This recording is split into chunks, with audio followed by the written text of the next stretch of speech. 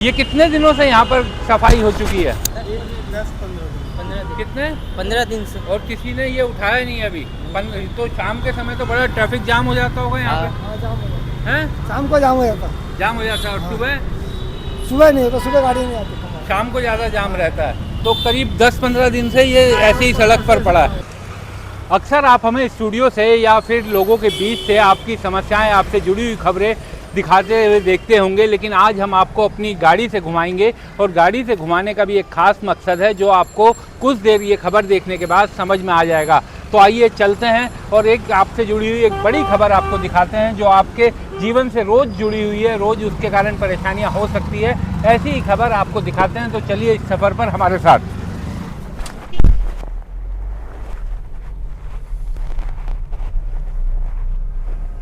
दरअसल गाड़ी से आने का एक खास उद्देश्य था और कल हमारे पास कुछ फ़ोन आए थे, एक दो लोगों के फ़ोन आए थे और उनका ये कहना था कि एक बड़ी समस्या जो बरसात से ठीक पहले सामने आती है कि नालों की सफाई नहीं होती। हर बार एमसीडी के दावे बड़े बड़े करती है नालों की सफाई करने के, लेकिन नाले साफ़ नहीं होते।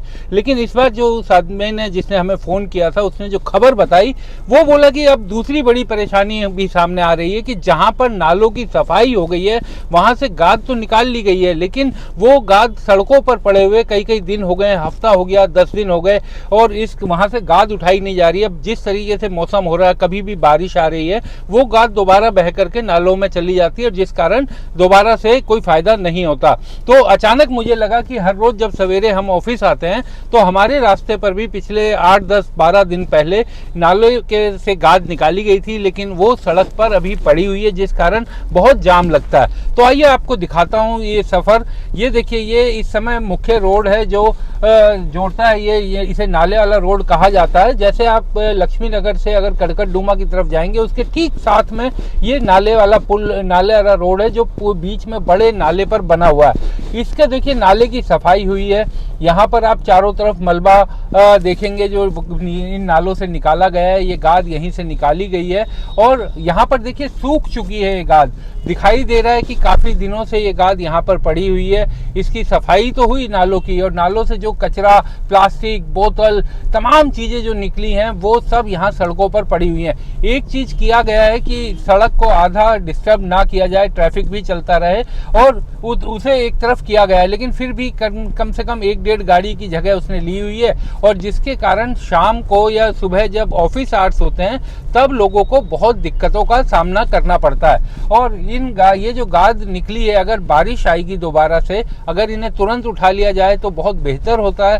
तो लेकिन अगर इन्हें यहीं पर ये पड़ी रहेगी, देखिए सूख भी चुकी है, तो दोबारा से बहकर रोड में फैल जाएगी, तो उसका कोई फायदा नहीं होता। तो एमसीडी के अधिकारियों से हमारा यही अनुरोध है कि आपने दिल्ली में जहां से भी गाद निकाली है, जहां पर भी गाद निकालने का काम किया गया है, उसको अगर साथ के साथ साफ कर दिया जाए, साथ के साथ उसे उठा लिया जाए तो शायद ज़्यादा सुविधा होगी। इसके कारण दो चीज़ें हो रही हैं। एक तो यहाँ पर बिना वजह का जाम लगता है इस पूरे रोड पर शाम के समय, और ये बहुत ही रश ट्रैफिक वाला रोड है। शाम को इस पर काफ़ी ट्रैफिक रहता है और इसके कारण काफ़ी जाम की स्थिति बन जाती है।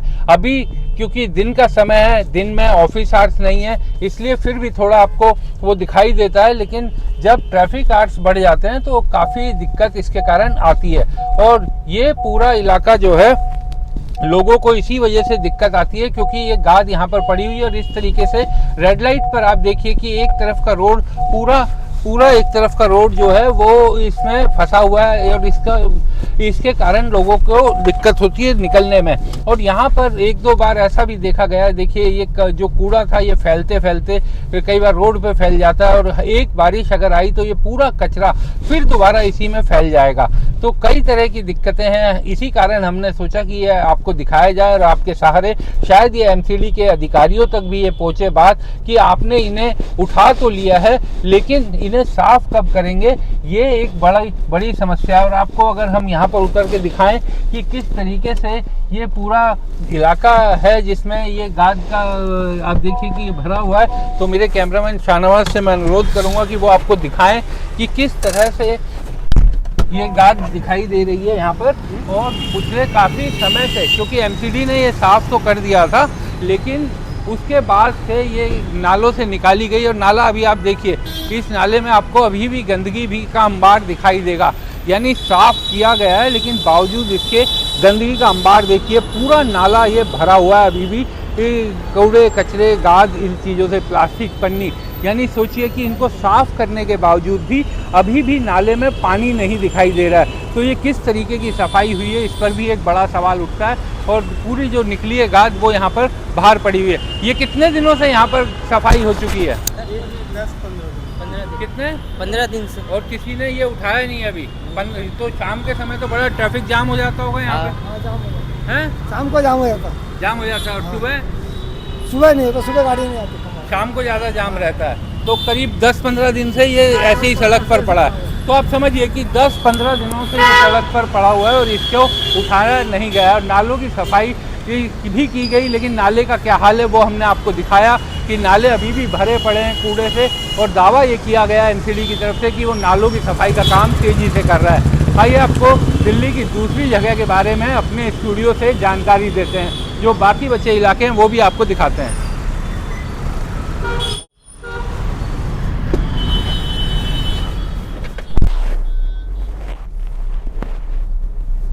तो सड़क से अब हम अपने स्टूडियो पहुंच गए हैं। हमने आपको दिल्ली की सिर्फ एक सड़क का हाल दिखाया। हमारे साधन संसाधन सीमित हैं, लिहाजा हर जगह पूरी दिल्ली में जाकर आपको ऐसी तस्वीरें नहीं दिखा सकते। लेकिन कई जगह आपको ऐसे नालों से निकले गाद के ढेर दिखाई दे जाएंगे।